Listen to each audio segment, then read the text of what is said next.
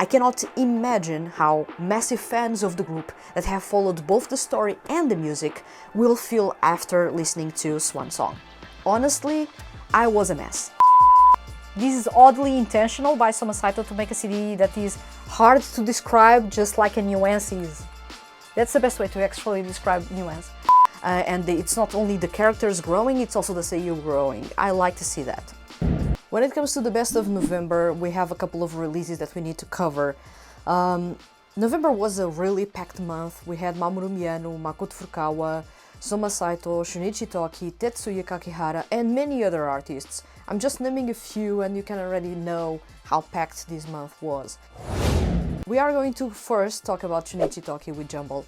And this was a really fun release, quite possibly his best to date. Still, I feel that Good 4 had a certain je ne sais quoi in terms of it felt funkier and it was more entertaining as a whole for me due to the variety of music genres.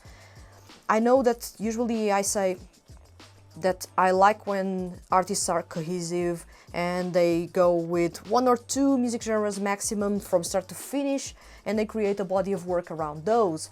I usually tend to say that when CDs are a bit all over the place in terms of music genres that they lack cohesion and sometimes they may lack quality. In this case I feel that while Jumble is super cohesive because you barely stray away from rock music, it's only variants of rock music that you are exploring there.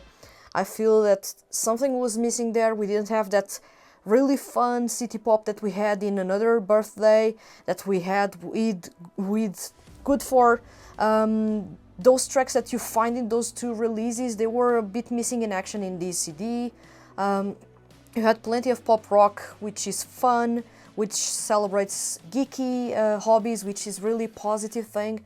But I feel that when you listen to this album, although this is the best of Shunichi Toki, if you go through the sheer quality from start to finish, it never wavers, so that's amazing.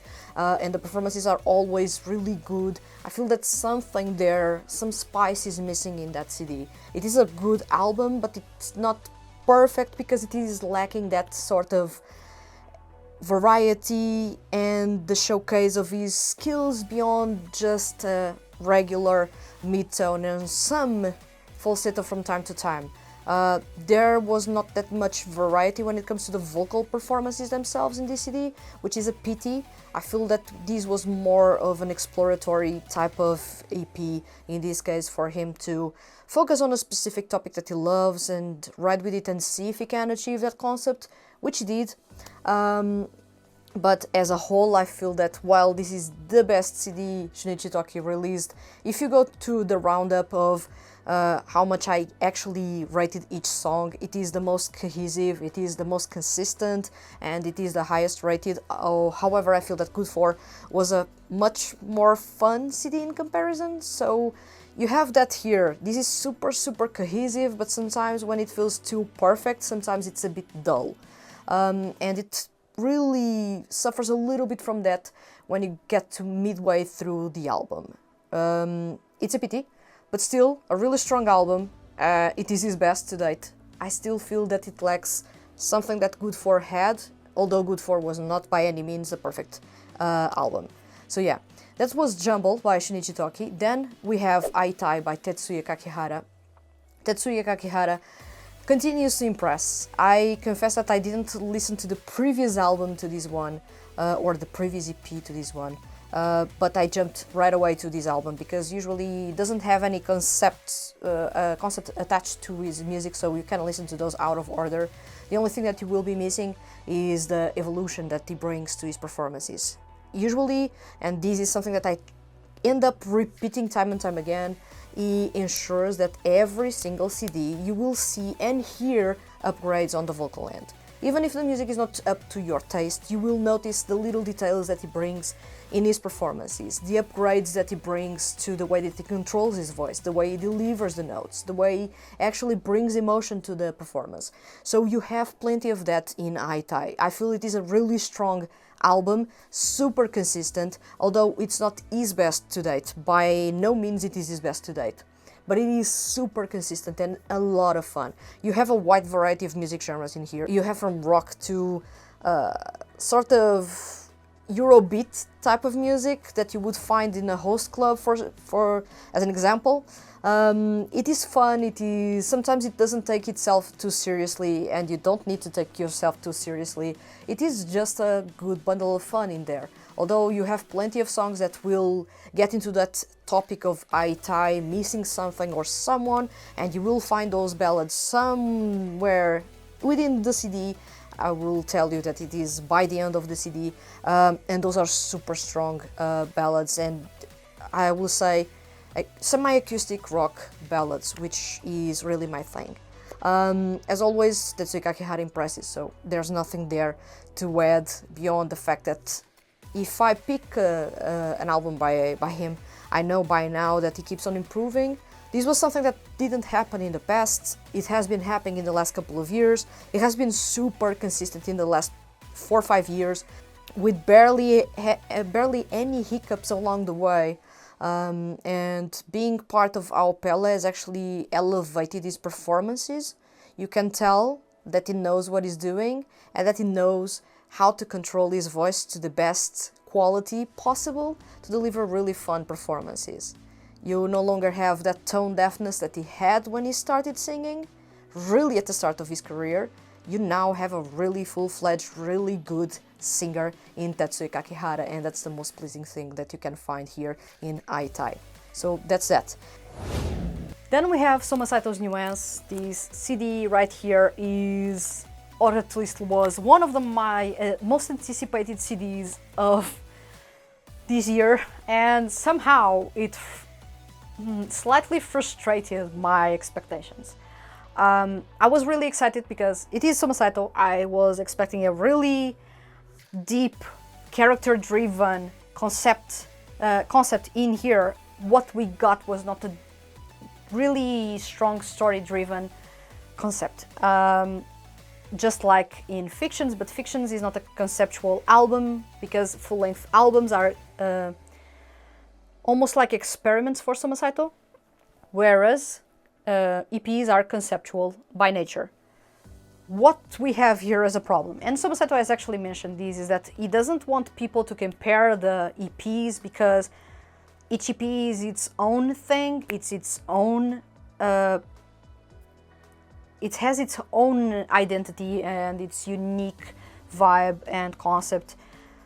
But it is impossible not to compare those when you are talking about especially quality and what he wants to achieve with a CD, or what was the main focus. And up until now, the EPs that Soma Saito has released, minus My Blue Vacation, were all heavily conceptual, character-driven EPs.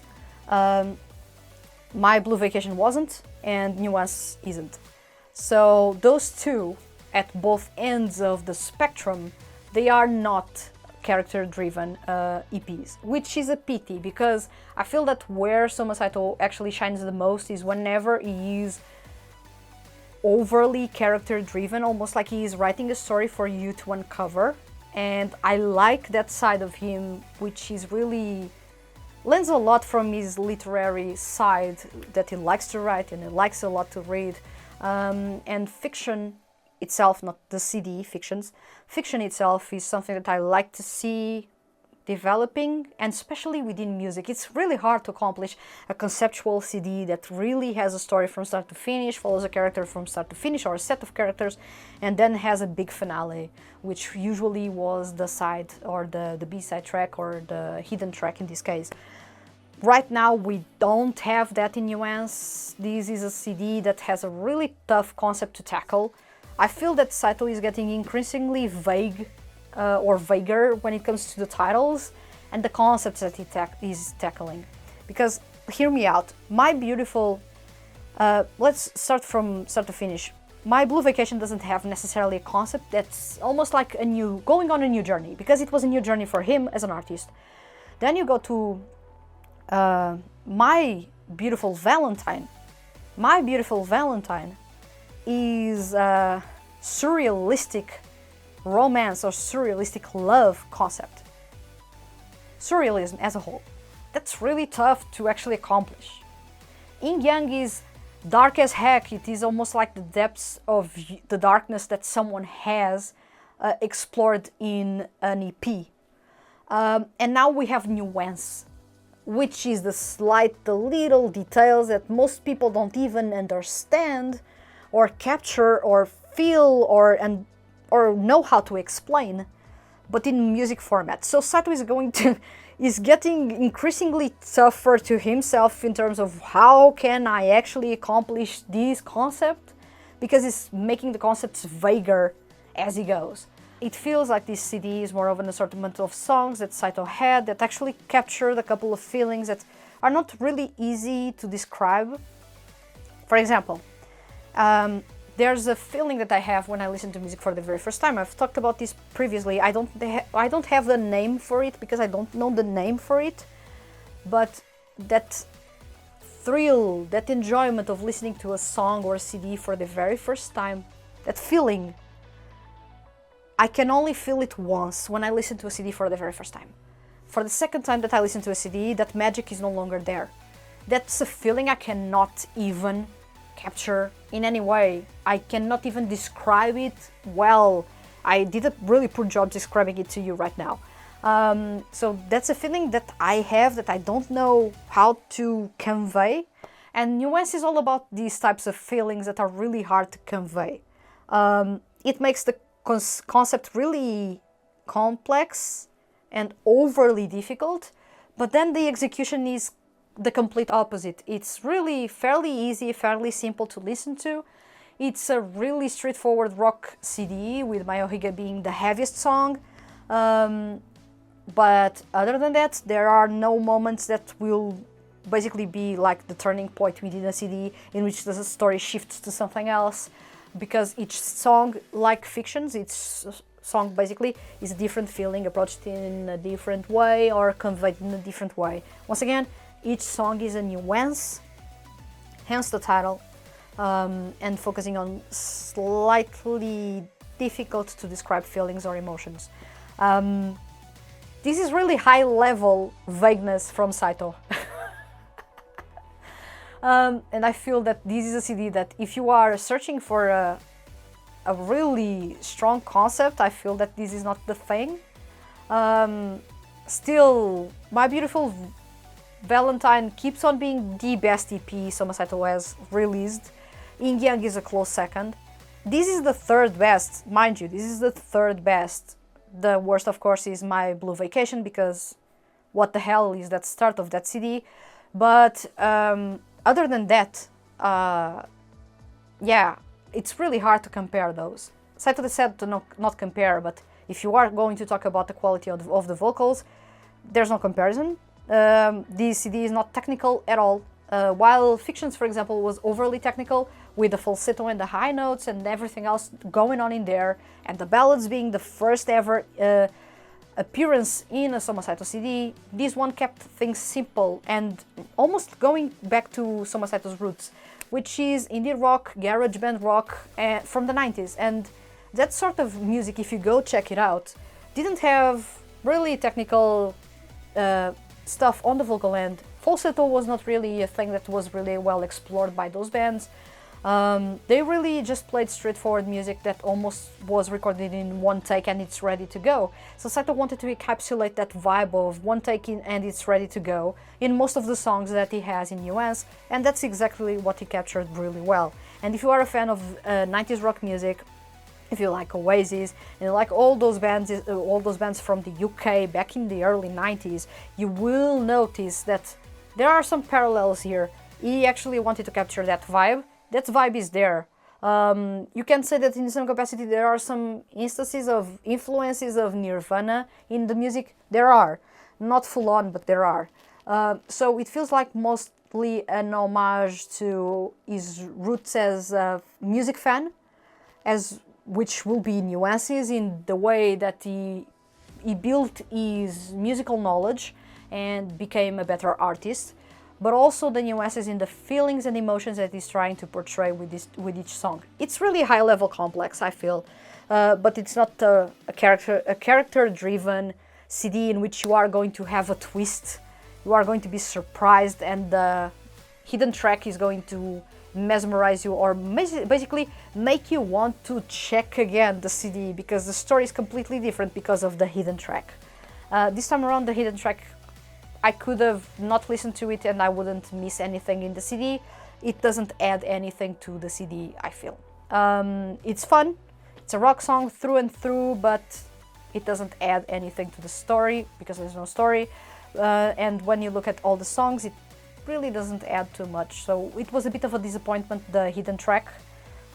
Usually he ends up surprising with unique stuff there. This one was fairly straightforward and I would say slightly normal, which coming from Soma Saito is not common. When you say something is normal, you say this as there's no problem whatsoever, they already do this usually, but with Soma Saito, normal is not what he usually does. So it felt a bit too, it's good but not impressive, it's good but not remarkable. That's the thing that I have here. This is oddly intentional by Soma Saito to make a CD that is hard to describe, just like a Nuance is. That's the best way to actually describe Nuance. The performances are amazing, not overly technical, so I feel that this is a CD that will be welcoming to everyone, just wanting to vibe to the songs. Plenty of rock music here, so if you are a rock fan, this is going to be a treat. For me it was. There's only one song that veers toward pop territory, but that's not overly so. It's more jazzy than pop, that I felt that was a bit underwhelming.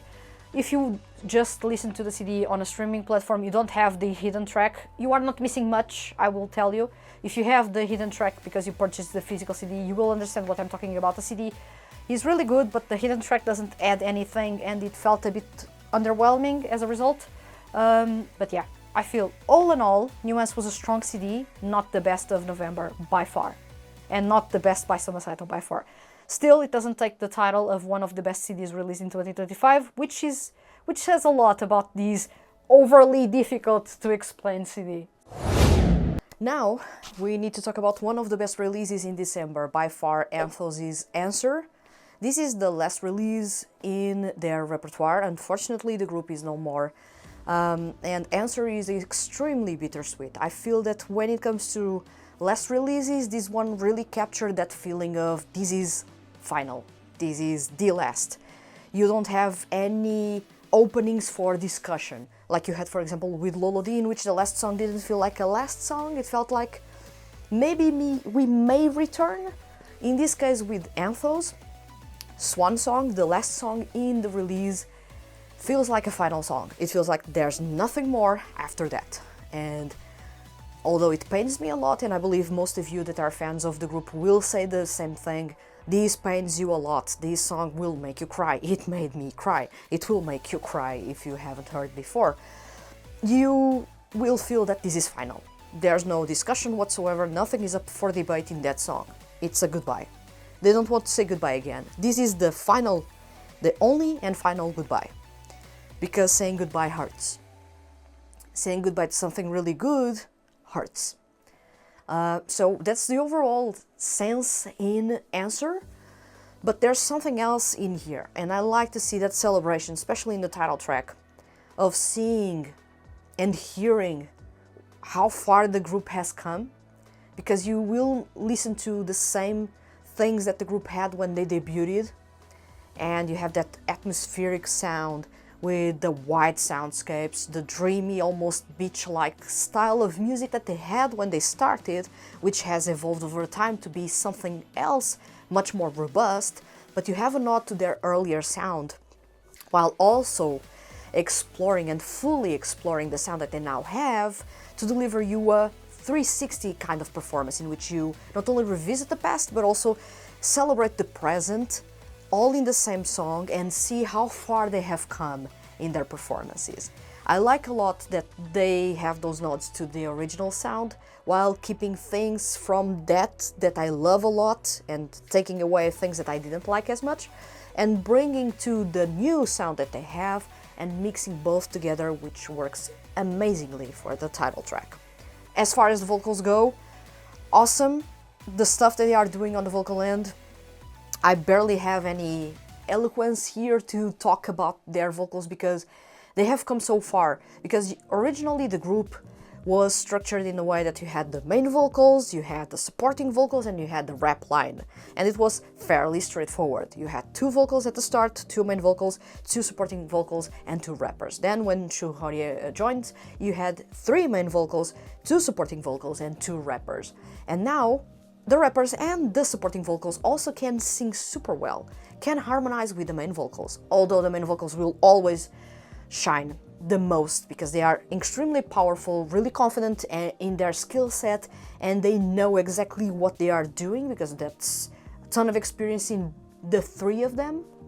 But it is awesome to see the rap line and the supporting line also coming to the vocal line and performing really well. But also when everyone needs to rap, also the vocal line coming to rap is amazing. And having everyone changing around their roles throughout the song is really, really amazing. It's a good expression of how far they have come, how much they have grown, and how versatile this group is. I've said this countless times before, Anthos is one of the most versatile 2D groups out there. It's a pity that they are no longer there, but they will always be in the discussion of awesome groups that have amazing vocals. And I'm not saying amazing vocals because they have the best singers among my male seiyuu. They do have some of them, but it's mostly a good example of with the right vocals you can do as better as if you had a really star-studded, stacked up lineup. You have them really leveling up their quality, and I like to see these when you have really, I would say, almost standards in the industry or standards within the seiyuu industry, let's talk in specific, and then you have seiyuu that are not still there, but they will be influenced by, and they will try to level up their quality to match their quality, and then that's when they elevate the game and everyone else is sounding amazing. And then the singers that you didn't expect to be super good start to sound amazing, and then you see them shining in other groups, and that's something that really puts a massive smile on my face, because what started as a project just to have seiyuu singing or acting in some capacity ended up influencing them to become better.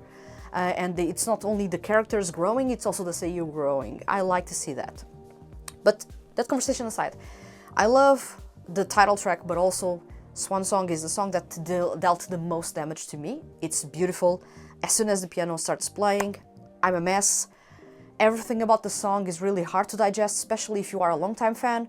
I'm a fan of the music primarily. I've said this countless times before. I don't follow the story because I don't have the time to follow lore and stories of all the projects that I follow, because I still follow many projects, so it is a mess to follow everything. So I stick to the music. And I stuck to the music, and it still dealt a lot of damage to me. I cannot imagine how massive fans of the group that have followed both the story and the music will feel after listening to Swan Song. Honestly, I was a mess, and you will see that mess on screen.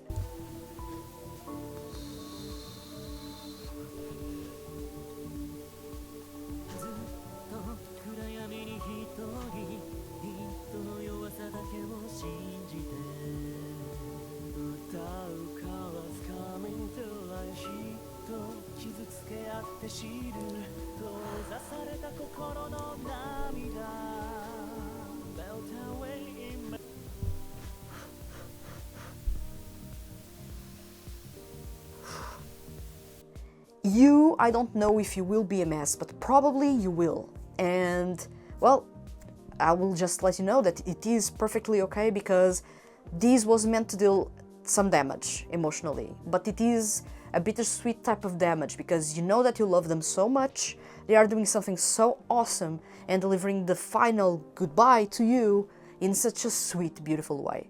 And I feel that Swan Song encompasses everything that Anthos is about, while making the last message from them to the fans to be just so gentle and so beautiful, which will of course still damage, but will make you feel that it was all worthwhile. While I know that as fans we didn't want the project to end, we didn't want the group to go away, maybe have them just perform outside the project or something like that, but I feel that if the project had to come to an end, this was the perfect way to end it. Honestly, for me, it was a perfect way to end it. Did I want an end? No, I didn't. But if I had to choose, this would have been exactly the end. So I feel that this is a perfect goodbye from Anthos, and by far the standout release in December. When it comes to the best of January 2026, there's only one name that I will mention because he really swept me away. It is Kentito with Shadow. I'm not going to dive too deep into the songs because I don't want to spoil you the experience, but this time around Kentito went a bit further away from city pop. You can tell that he's trying to define his sound and image as a solo artist, and there's much more to him than just the city pop side of his career, with which he started with Mayonaka no Love. Outstanding songs still to this day, and I still crave music like that from him, but Shadow is slightly different. And when you go to this album, you will find at the start Answer, another Answer, so we are riddled with Answer songs this episode. But Answer is a straightforward rock song which you wouldn't be expecting coming from him as a solo artist. Now, you will be saying, but Kentito usually performs rock music with Yumake. Of course he does, but for his solo career it's not something that is common. He does it at times, but it doesn't do that frequently. Once again, straightforward rock music is not really the type of rock that he has had in his repertoire as a solo artist. He has had a sort of an indie rock, softer rock type of sound. Answer is more, it is faster, it is more intense, it is really the type of song that will make you want to headbang along to instead of just lounging to it or just enjoying it in the background. This is the type of song that adds a ton of energy to a set, and I will assume that this will be performed live, and if it is, there's a ton of energy that will be brought to the set because this song is shredding from start to finish. Really awesome. But we have a couple of other songs in here that are really interesting, and I'm going to check the credits because we have Zakby here working, and I immediately spotted Zakby when I was listening to this song. It is Meaningless, the song, the second song in the CD. It is extremely vocal oriented, and when I heard the song that was extremely vocal oriented and sounded, and this I'm not kidding, it sounded like an Anthos song, I immediately had to double check the credits, and yes, it is Zakby as the lyricist and the composer for this song. Once again, a collaboration that I love seeing and hearing is Zakby working with Kentito as a solo artist. Not only they worked really well together when Anthos was around, and the songs were super tailored to the main vocals, Kentito being one of those main vocals, but now as a solo artist he has been collaborating with Zakby. It's not the very first collaboration they have done as a solo artist, so this is not the first, but it is one of the best. I'm going to say this is the best collaboration between Zakby and Kentito so far because it is unbelievably good.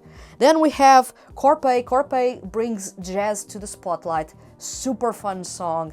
I was not expecting jazz to be a feature in this release, and it caught me completely by surprise. We wrap up, of course, with Charisma song that ties up perfectly with Answer, coming full circle with a rock sound that is enjoyable and super fun.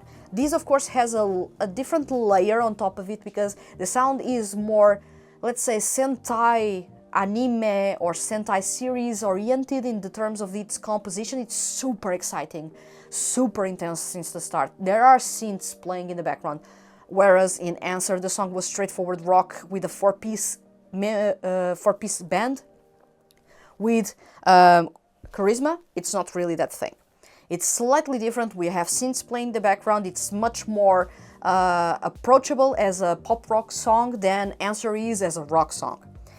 All in all, I loved this release, although I will also say that I was expecting something that was more in the lines of the previous releases in terms of the consistency across the vibes and genres, although when you look at these and you listen to Shadow, you will understand that not only he played around with the genres, he actually varied a lot singing styles and also the vibes in the songs, but it all fit together super well. as if the songs were meant to be. Even in different genres, they actually fed off each other's energy, and the CD, or the EP in this case, was flowing. When I noticed, the EP was over. This is a really good sign because it flew by in an instant. It really is a pleasant one to listen to. No skip songs in here, which is awesome.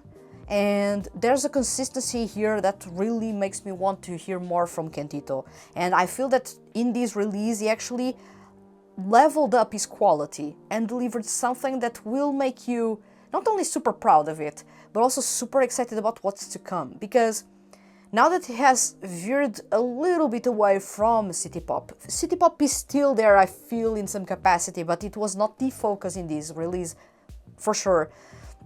I feel that he's going to bring more variety, but still keeping things tight in terms of the vibe that you get from the releases, and in terms of you listening to the release itself and not feeling that this song doesn't belong here. Why is a pop song with a rock song? Why is a dance song with a jazz song?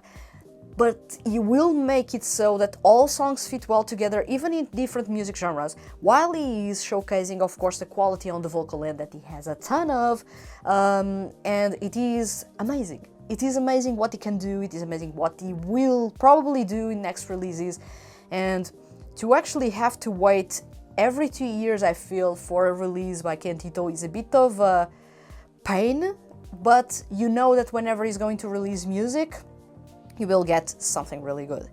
Shadow is exactly that for me. It is a standout release in January 2026, hands down the best release of 2026 so far, and a strong candidate for Album of the Year, and I'm not kidding, this is a really strong candidate for Album of the Year. To actually surpass this, I will need an artist or a band to actually perform a full-on 5 stars CD, in my opinion, of course, and be as consistent as Kentito was. This is going to be hard as nails, but I'm up for seeing that and listening to the music that will be released in 2026, the rest of the year, and see if anything matches or overcomes that quality, because I'm always open for new things that are mesmerizing, and there are so many seiyuu artists that have the quality and the talent to match Kentito's quality or even overcome, and I'm really excited about that. But so far, Kentito's Shadow is my strong candidate for Album of the Year. Super consistent release, varied, so it will appeal to a lot of fans and different types of fans. Even if you don't like rock music, you will have a jazz song. If you don't like jazz, you have a pop rock song. If you don't like a pop rock song, you have an R&B song. So you will have a lot to choose from. You have variety and you have also quality. And this is something that I like a whole lot, because you notice that he didn't pick the music genres just because he has to check mark on a list. You listen to those and you see that he has a strength specifically for this specific music genre, and he has been playing with this music genre for years. That's why he sounds so comfortable. Or he has been trying a lot to play in that specific music genre, or he likes to try new things, and these actually fit what he had in mind for his guitars as well as for his voice. It's amazing what he does. Every single song showcases a different strength from Kentito, and this is all the more enjoyable for me as a listener and as a fan to find him having so much fun playing around with the music genres. And even if there isn't that much consistency in terms of this is the same music genre from start to finish, you feel the consistency by the end of it all with the feelings that you get from this release. It's super cohesive, it is loungy and fun at all times, you have a lot of energy, and you have the energy being played around in different ways. I like these, I like the quality. This is, of course, the standout release in January 2026. No questions about it. When it comes to your recommendations of CDs that you enjoyed the most in November, Ao has a comment. Welcome, Ao. Ao says, Jumble by Toki Shunichi, to nobody's surprise. It was indeed a jumble of everything, but I guess that was his concept for it. I liked some songs more than the others. I'm sorry, but Kibo Kodo should be prescribed for seasonal depression. But all in all, I consider it a fun album I will be probably coming back to over and over again, picking the songs to listen to based on my mood, which probably was the plan from the start. Also, since it's been a hot minute since we had movie scheduling experience, Kagetsu Somei, a single from Mutsuki Hajime, Toriyumi Kosuke, and Yayoi Haru, Mai no Tomoaki, that just got dropped on streaming on the 8th of November, because yes, I'm joking, it's inspired by this year's Tsuki Pro theme for AGF, so it makes sense it dropped then, but still, announcement would be nice, Muvik. So this was a surprise drop, as always. I believe that Versus Ambivalence also had the Hocus Pocus, which was a surprise drop as well. Anyway, the duet by Machigerita is a treat to anybody liking mashup of traditional Japanese music and rock. I 100% recommend. I would recommend it for Advent calendar if you mentioned it earlier, Muvik. Yeah. Thanks for the comment. I feel the same thing about Jumble. It is a collection of songs, it is a mashup of things, of ideas. I feel it is almost like the things that you love. You don't love all the same things, so you will bring a wide variety of things to the table. In this case, I feel that Shunichi Toki actually brought everything that he liked and created music around that and released it. That's as simple as that. That's a really good concept. It's simple to execute. He's doing what he loves, and we get a collection of songs that we can gravitate towards whenever we feel like it. Kibokodo is an amazing song, so I feel you on that. It is quite the song if you want to get that seasonal depression to go away. In December we have ML, and ML says Unbreakable by Leon Tasuku Hatanaka. Cranv just dropped solo songs. This one is mostly what I expected after seeing the cover art with him holding a gun. It sounds dangerous and the vocals are powerful, kind of like Cranv said that, but with a slower tempo. I have that to review and now I love said that.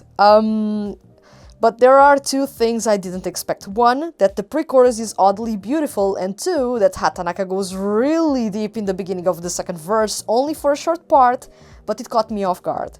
And can we talk about how he keeps the intensity in the vocals even while doing falsetto? Yeah, can we talk? Well, enough fanboying over Hatanaka. Now it's time to fanboy over Makoto Furukawa. Okay, no, I'll reach the character limit otherwise. I'll just say that this song is one of my favorites as well, along with the ones by Ryutsu Chida and Kengo Kawanishi. I'm happy to have solos by them because they are so good and I don't have much of them outside of Cranv.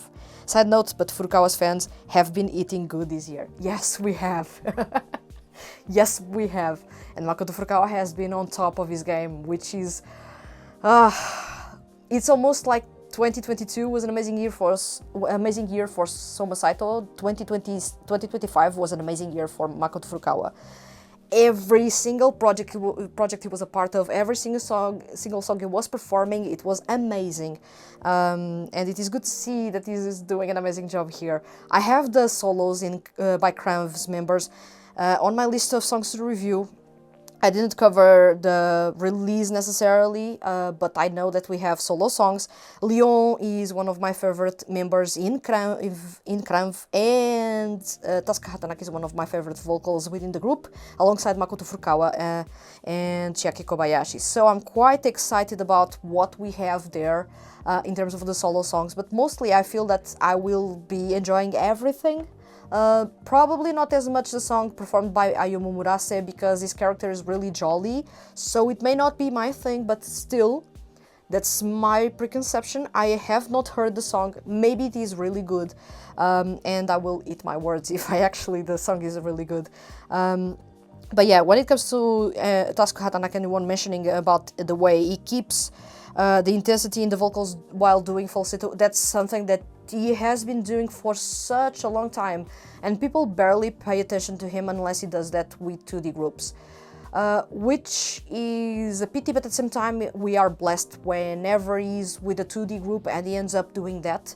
Exactly something that I love, which is to not only he's super strong in his mid-tones, it is the most comfortable place he can be as a singer, but he can also go slightly deeper, as you mentioned, which is a rarity, mind you, for everyone watching this. It is a rarity for Tasuku Hatanaka to drop his voice low because he doesn't have that range naturally, but he can do a fa baritone if he needs to, and make the voice lower as well for anime, so he can do that.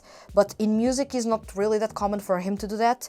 Leon is also not a character that I would expect doing that, so I'm kind of excited about what he can do in that regard. When it comes to the falsetto keeping up, that's his territory. I feel that when it comes to performing in falsetto, he is one of the best alongside Soma Saito, Yumo Uchida, and Toshiyuki Toyonaga. They don't miss that. They can perform full choruses in falsetto and they don't miss anything. They keep on going and their energy levels are super high. And when they wrap up, when they fade away from the falsetto to just their normal register, you barely notice the transition. It's so natural for them that you barely notice the transition. I like that a whole lot. Tatsuya Tanaka is among one of the best singers when it comes to not only the falsetto, but the way he performs the falsetto, because you have the clean, normal way, the standard way to perform the falsetto like Soma Saito does. He doesn't bring any R&B influences to his falsetto. His falsetto is clean and by the book. Then you have Toshiyuki Toyonaga that has a falsetto with some R&B influences, probably some gospel as well in there. You notice there is more musicality to that falsetto. Same thing with Yumo Uchida, gospel plays a big part in the way that he performs his falsetto. Same thing with R&B music that also plays a big role in his careers, as such, in the way that he performs pop music as well as the way that he performs the falsetto. It's much more musical, much more, it's warmer, it's more varied in the way that he performs the music. Then you have Tatsuya Tanaka, who basically thrives on that, and I feel that he's a full-on gospel style of singer when it comes to the falsetto. He performs with so much emotion and he carries over so much energy throughout the falsetto, and he never misses a beat. So even within singers that have a really strong falsetto-driven style of singing, you will notice differences. The by-the-book ones, like Soma Saito or Shunichi Toki, and then you notice the other ones that have more musicality to that falsetto, or to add a little bit of a spice there with R&B influences or gospel influences in the way they perform the falsetto. So it's just not a high note. It's not just some breathy notes in the performance, it's much more than that. And mind you, all these tenors that I mentioned are super impressive in specific different things that they do. That's why I love and geek about voices a lot. It's that within the same technique or within the same vocal range, you will find so many nuances in the way that things are performed.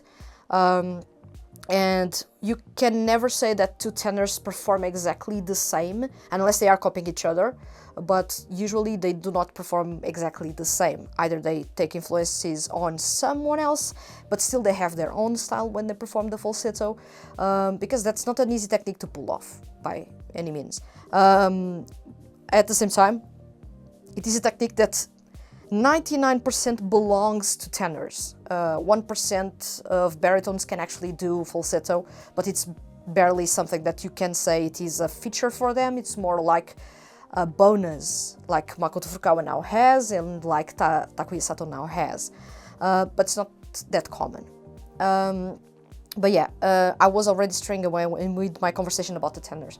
But yeah, really excited about what we have here, ML, and I will be checking those singles and I will be reviewing those in due time. It is Krav, so I'm really excited about what they have to offer. And solo songs was something that I was craving, because you see most of the projects within 1-2 years already have solo songs. They were taking their sweet time, but I love that they were taking their sweet time to deliver really high quality music. And yeah, I'm really excited to see what we have there. So thank you so much for that. And also the comment about Makoto Furukawa, of course we have been hitting good. It's one of those rare occasions, and I believe I would love to see these becoming something frequent in his career, to see Makoto Furukawa on top and delivering so many amazing performances month after month after month. So yeah. Thank you so much for the comment. Then we have Ruibito, and Ruibito, welcome. Ruibito says, I would like to talk about Cavalleria, the song that was released recently for Arcadia Fact. Though I was aware that this song was coming soon, for quite a while now, I was not expecting an MV or a music video. Words cannot describe the unsurmountable hype I felt when I saw the music video premiere preview pop up on YouTube. This song has a triumphant and hopeful feel to it. It was pretty emotional to me. Not sure if this is because we haven't had Arcadia Fact content for 3 years now. Immediately, the aspect that stood out most to me is the instrumental. I really like how it sounds and I love the violin a bunch. I'm also really happy they got all the seiyuu back for the chorus beats, unless my ears are deceiving me. Yuka's performance is also really solid too. I feel like the vocals have improved since we've last heard from Arcadia Fact. It feels more mature to me. I don't really know how to exactly describe it, it just sounds different to me. Or, you know, it could be just because I haven't heard him sing as Titan for 3 years. Show by Rock is special to me as it was the series that got me into 2D music.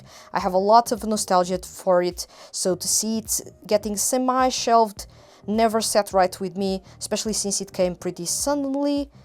And I hope that the people behind SB69 figure out what they want to do with the series going forward and that it makes a full return one day. Coping. Yeah, Ribito, that's... First of all, you mentioned something that I feel as well, is that when you have your favorite 2D franchise, especially one that you hold super dear to you, to see it fading away without saying anything and being semi-shelved is weird. It happened to me with Fly Me Project.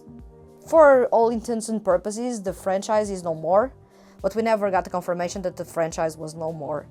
Also, Bandia Rose, they said they were going to stop releasing anything.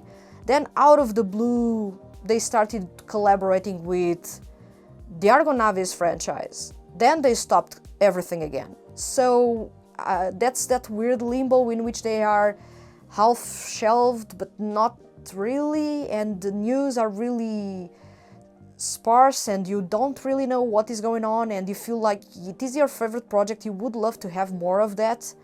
And especially if it is something that you hold super dear, that brought you into to the music. I feel that when you look at Show by Rock, you will feel that even stronger than I do for these projects, because while I came across these projects, they were not my entry point to the music. My entry point was through Starish and Utapri, and then Ski Pro and Fly Me Project later on. So those would be my entry levels, and still, they are still around, most of these projects. Not necessarily Fly Me Project, but the project was really short-lived.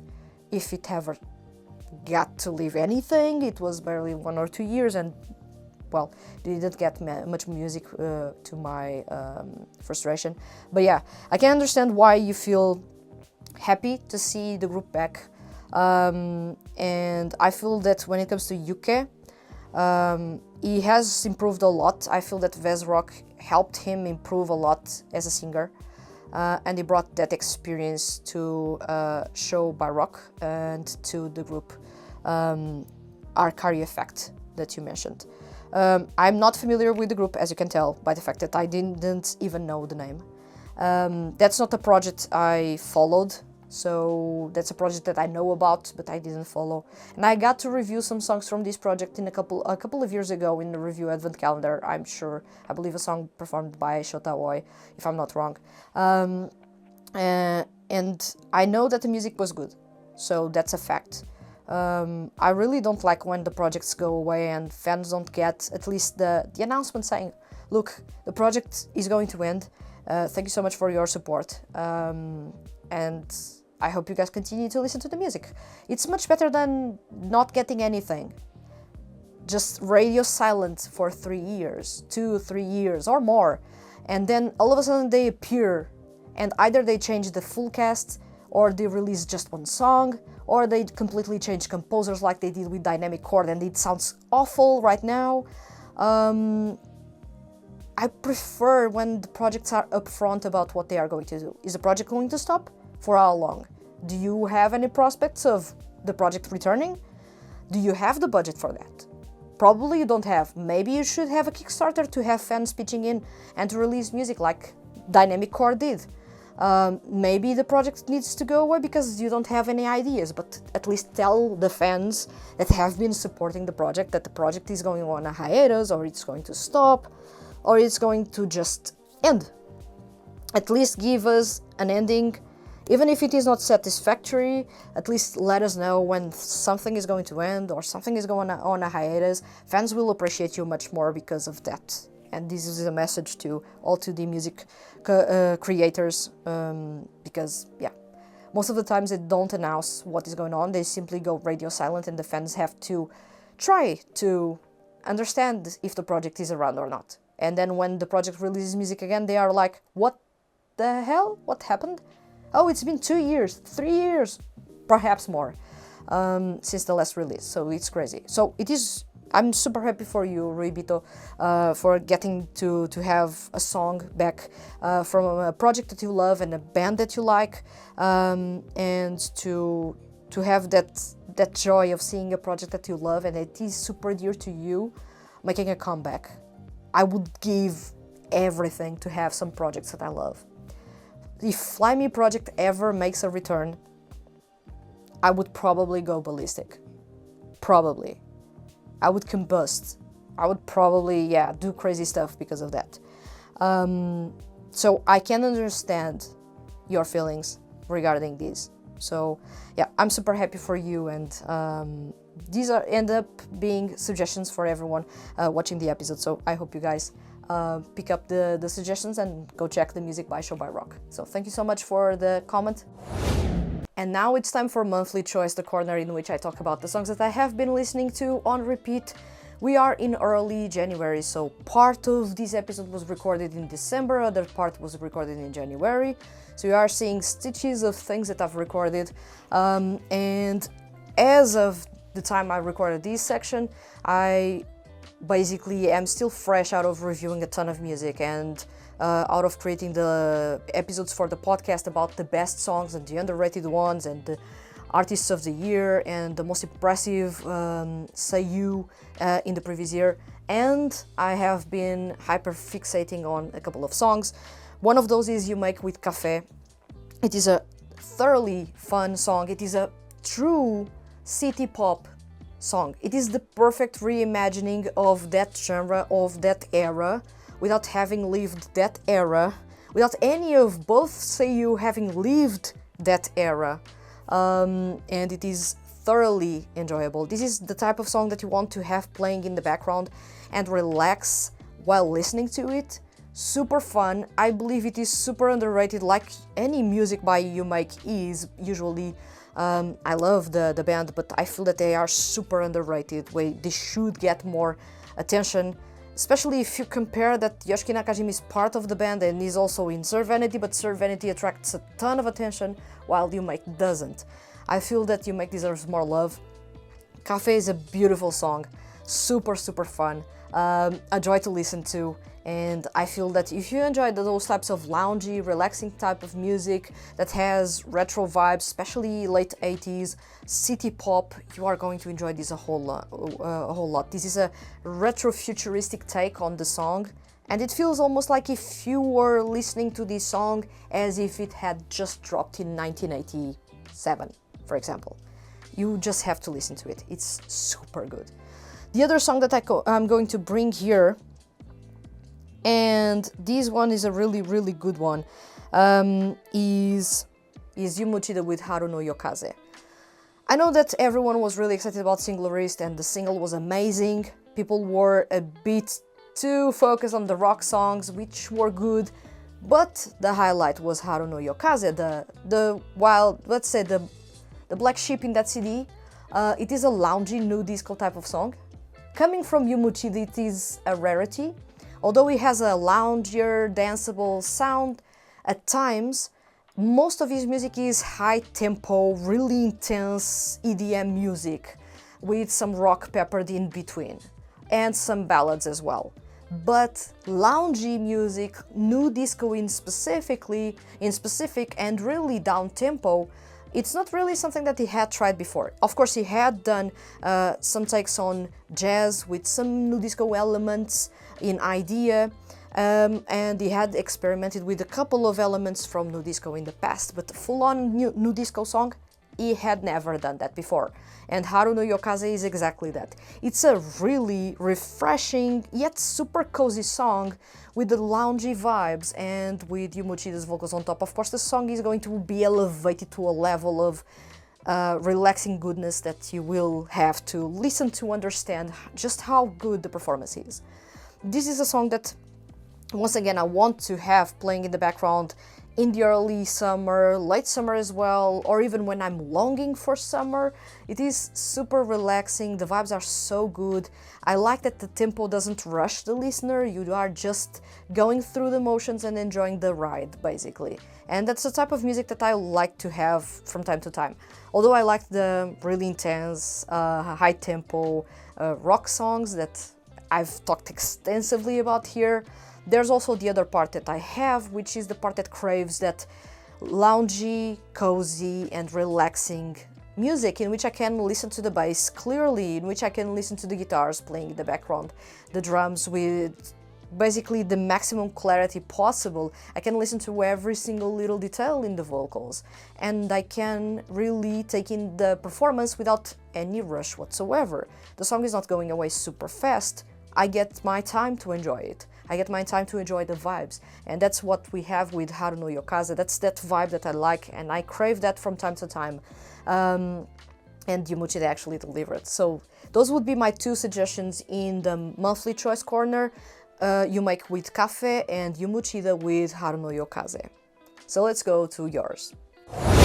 Now it's time for your suggestions in monthly choice, and we have a suggestion by Ao in November, and Ao says, I've been revisiting a lot of Tsuki Pro when I'm not. But I recently re-listened to Juno Tabiji on my good headphones, and gosh darn it, at this point they should allow John-san to make a full orchestra arrangements to at least some of Grove's songs, this one being the front runner. The amount of layers is insane, the guys showing off is insane, harmonies and accents from each character are insane. If you need a little escape to an epic fantasy world, this is your ticket here. Yeah, I feel that if you need to escape to a fantastical soundscape, it is with Growth, and I feel that a group that has Celtic influences, that has this lyrical pop, it deserves, in my opinion, an orchestral live show. Like I've pitched for Lolodi, I feel that Growth deserve it a lot. I feel that one thing that the Tsuki Pro franchise could pull off and impress everyone with would be to do sort of unique live shows for each group. For example, Growth would get an orchestral live show, Solids would get an intimate jazzy performance, Sawara would get a live house, a small live house to give those youthful indie vibes, and Quell could get as well a sort of a jazz bar or a club, which could be interesting because most of their music is kind of loungy and ethereal. Oh, it could be a really good sunset lounge. Yeah, a sunset lounge venue. Yes, that would be good. So yeah, you could have different concepts for each group to celebrate and to put them in what I would consider to be their element. I feel that just like those orchestral live shows that you have now for music related to games and movies, I feel that Growth belong there, deserving of a live show like that. I feel that an orchestral one would be massive. Wow. Juno Tabeji would be insane. Mahou no Kizuna would be mind-blowing. There are a couple of songs. Tabidachi no Asakaze would be crazy. It feels almost like a Zelda type. Zelda, that's the video game in case you don't play video games. It feels like the sort of music that you would find in Zelda. That's adventurous and it deserves an orchestra there as well. So that's my take here. And even if that didn't happen, I would love to have an album of orchestral rearrangements of the songs. You could have the same vocal stems, which is the recordings of the voice that the seiyuu recorded in the past, be the same. You don't need to have them record again. Just create an orchestral performance around those vocals. That's the thing that I would love to have if we cannot have that orchestral live show. At least do the orchestral arrangements and release those as a special release. That would be awesome. Same thing for the others. So the loungy, the sunset lounge vibes for Quell, the indie rock vibes for Soara, and the loungy or slightly intimate jazzy vibe for Solids. I feel it would work amazingly. But that's me wishing for crazy stuff coming from Tsuki Pro. And Tsuki Pro is not really, I would say, a franchise or a producing team. Tsuki Pro is not really a project that spends too much money on those types of things, so I'm not holding my breath, but still I would love to see that. I don't know if fans in Japan are even thinking about that, but from my perspective, and I feel your perspective as well, I feel that it would be amazing. So let's hope for that. ML says, when it comes to the recommendations in December, ML is going to recommend a collection of songs, so prepare yourselves, jot down those ideas. ML says, firstly, I'd like to blame and thank Dali for introducing me to these anime's character songs, because now I'm obsessed. If you didn't watch their suggestion, go watch it now on Review Advent Calendar. It was an amazing ballad by Makoto Furukawa titled Prelude o Kanadete. The anime is the dark history of the reincarnated villainess, and it has solo songs by all 6 main characters, 2 girls and 4 boys. Arthur Lounsbury and Shohei Komatsu both have rock ballads, beautiful ones. The former is quite heavy too for my standards, which may not be a lot. Shunichi Toki has a very fun and a bit funky rock song, and there's also a duet with Toki and Komatsu, and it is jazz. Shunichi Toki with jazz and Makoto Furukawa with a ballad, I feel like they were targeting me personally. At the time I'm writing these, the anime didn't end, so maybe there's a possibility for another duet?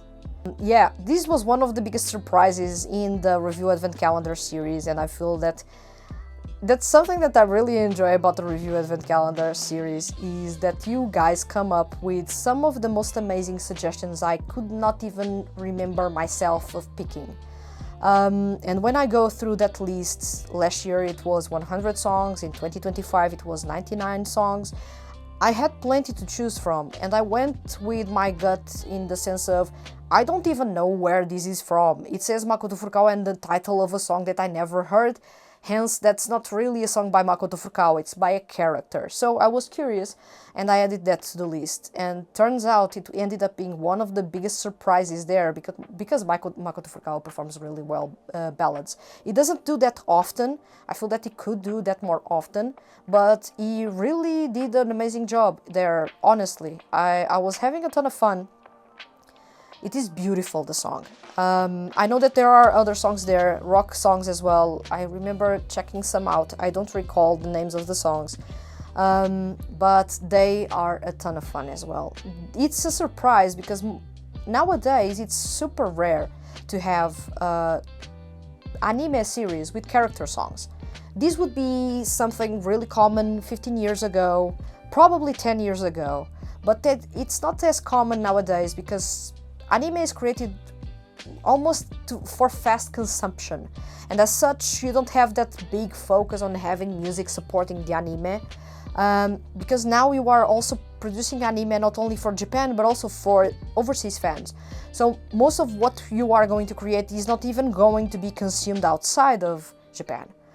So most of the projects don't even care about releasing music because it makes no sense to release character songs when there are so many 2D music projects right now.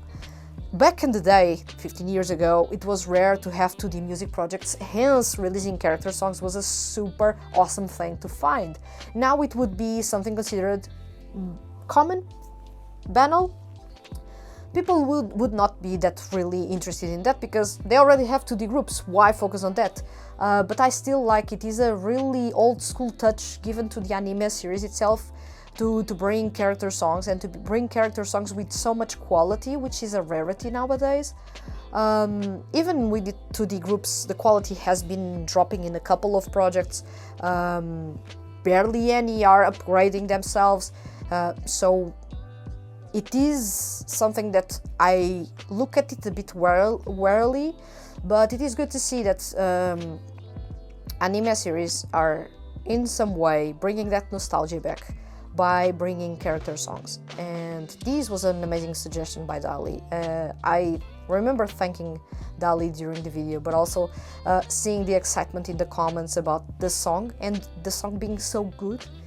Which is surprising when it comes from an anime or a game. Usually the songs are not that good, but they are genuinely good in this specific case. So yeah, that's an awesome suggestion. And once again, thank you Dali as well as ML for bringing. This episode is sponsored by all the Hand That Feeds HQ's patrons on Patreon. A big thank you for the support. Well, I have a special question for you in December usually, and the question was, what is your album or single of the year? Because I know that we have the voting with the Hand That Feeds HQ awards, but that's not necessarily your voting. That's a lot of people voting, and you don't get to say a final say in who gets the title, a specific title in there. So I would love to see that, and that's why I have that question ready for you. And we had 2 people participating in this episode in specific with their own albums or CDs of the year, and we are going to cover those. I'm not going to talk about mine because I've already talked extensively about mine, and you will find on the podcast as well as here on the YouTube channel, you will find those videos with me talking about which were my CDs of the year, the songs of the year, and the artists of the year. It goes without saying, it is Makoto Furukawa through and through in all categories for me, but still go check it out if you want to dive into my CDs of the year as well as artist of the year. First we have ML replying, and ML says, I'm between Growth's latest Anokoro single and the Yamashita Hatanaka collab, Share. I think I talked enough about the latter when it dropped, and I talked enough about Hatanaka today. I'll just say I was surprised by how well they sound together and by how they got songs that fit both of them.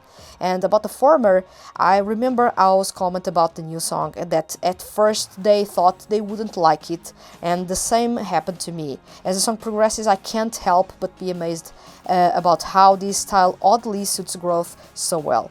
The space travel vibe, which they had only explored once before, if I'm not wrong, in Corona. 10 years ago, yes, but also kinda in Kensuke's solo songs. I didn't know that I needed more of these until now. Johnson is a genius, nothing else to say. Johnson is up there with Hon and Satoru Kuwabara and Takeshi Hama as one of the most iconic composers into the music, honestly. And the way that he has been consistently over 10 years creating music that is so much fun, so unique. He ensures that every single group continues to sound unique in the franchise. Over 10 years, that's a lot of hard work in there. He is in charge of 3 out of the 4 groups in the Tsuki Pro franchise, and he ensures that each group has grown over time. You can tell that growth in the music that they release, especially if you listen to it chronologically, and you also notice that their style has continuously evolved while still being the same at its heart. It is still the same excitement with Sawara's music, it is still the same escapism when it comes to growth and adventurous vibe, it is still the same sexy, raunchy vibe with Solids. They have evolved and matured over time, but you can still tell that the heart is still the same. The execution is now a result of all that maturity over time. And it keeps on being, reinventing stuff and releasing songs that don't sound like anything you released before, because you usually end up falling into that rabbit hole of we already did this worked, so let's do it again. It's been so much time since that song released, so people will not notice that this song sounds almost the same like the other one. There are 2D projects that work like that, but in Skipro you don't see that happening at all. I like to see that focus on trying to innovate and do stuff outside of the box, and he does it really well. So props to John-san, because he has created some of the most iconic 2D songs ever and some of my all-time favorite songs ever. I feel that if I was going to create a top, first of all, I couldn't rank any songs beyond probably the top 10. Every single other song would be all in 11th place. I couldn't rank them after that, basically. But I feel that most of my top 100 would be Skipro songs. And I'm not even going to regret that. But yeah, Hatanaka and Yamashita also did an amazing job together. I've talked extensively about the CD. It's unbelievable what they pulled off there. Unbelievable. I feel that this is one of the finest examples of how talented they are and how people have been sleeping on them. Because if they are so amazing together, imagine them by themselves, which you can because they have solo careers. And their solo careers, although not as massive and not as much on the spotlight as they deserve, they have really awesome music on their end. So it's worth checking out if any of you watching this episode have yet to check their music out. Tasuku Hatanaka hasn't been releasing any music as a solo artist. Daiki Yamashita sometimes releases digital singles. They have been sort of almost stopped in their solo careers. So it was good to see these as a way to revitalize their careers and to bring more attention to both of them, but also to showcase that sometimes there are some connections that you weren't expecting that deliver amazing results, and theirs is a good example of that. So thank you so much, ML, and let's go to the next reply. It is from Rubito. Rubito says Black Star 5. Sorry for yapping about Black Star again. Don't be sorry. We barely talk about Black Star, so do please talk about Black Star. That's a good way to educate me and educate everyone else that doesn't know what the project is about. So, according to Rubito, this album is super chunky with 43 songs total. It compiles songs from Season 5 and seasonal events that took place during its run. Season 5 took more time to conclude due to abundance of interlude chapters we got. It also got delayed as well. It was supposed to release in December 2024, but ended up coming out in January 2025, so now I kind of have an excuse to talk about it. There were a few on here that I wanted to hear the full version of for quite a while, almost 2 years for some. Story-wise, this was when the plot started to pick up a bit, and these definitely played a factor in my enjoyment. Here's a highlight for each team. Levitate, Gravitate. These two complement each other. The bridge, as it builds up to the final chorus of both songs, feel very grand. Shout out to the harmonies and piano in Gravitate. Strong songs overall. This pick is especially biased as the chapter this song is for focuses on my Oshi, who finally gets a bit of long overdue character development. Hooray for that. Ningen Shikaku. I like how hurt Hidetaku sounds, just very cathartic overall. Really reflects his feelings well during that chapter and how the fight's out of him at that point. Doesn't help the B's relationship is still kind of strained right now. I'm really gasping at straws at the story plot points, but keep those coming. Blanche, song's instrumental is very nice. Piano sounds really dramatic. Shakemi's vocals are on point, especially his high notes. Moonflower, instrumental-wise, it's very different from what I'd usually expect from W. It's usually rock-focused. Love the chill vibe of the song and the softness of Kubataru's voice. Sounds like something you'd play on a night drive or something. Beloved, very cute and warm summery vibe. Ajiko's voice sounds very comforting, like a hug. Looking back this song's event, even when everything started going downhill story-wise, for Rindo and P. Other than these few, some other songs I like are Quiet Serenade, Mortal Smile, and Who Killed My Cock Robin. So, thank you so much, Ribito, first of all, for bringing a Black Star. I enjoyed all the songs that I've reviewed so far.